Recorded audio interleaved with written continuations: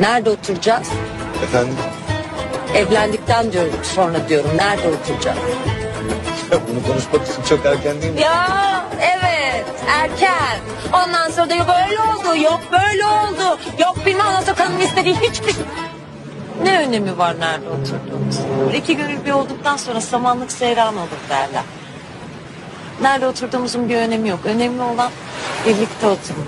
Yalnız baştan söyleyeyim, ben sizin kardeşlerinizle aynı evde oturmam senin. Ne öyle 4 tane eşek kadar adamla yeni evlenmiş gelinin aynı evde oturmuş olacak. Ulan bir... Fakat sizin ne tatlı kardeşleriniz var Sait Bey ya. Bütün ön yargılarımı kırdılar. Hayır, yani 4 tane kayınbiraderle yeni evlenmiş bir gelin normalde aynı evin içinde biraz saçma olur. Bunu baştan söyleyeyim de ben evler anında ayrılacağım. Onlar da öyle istedikleri zaman zırt pırt benim evime giremezler. Yeni gelinim ben, yeni gelin.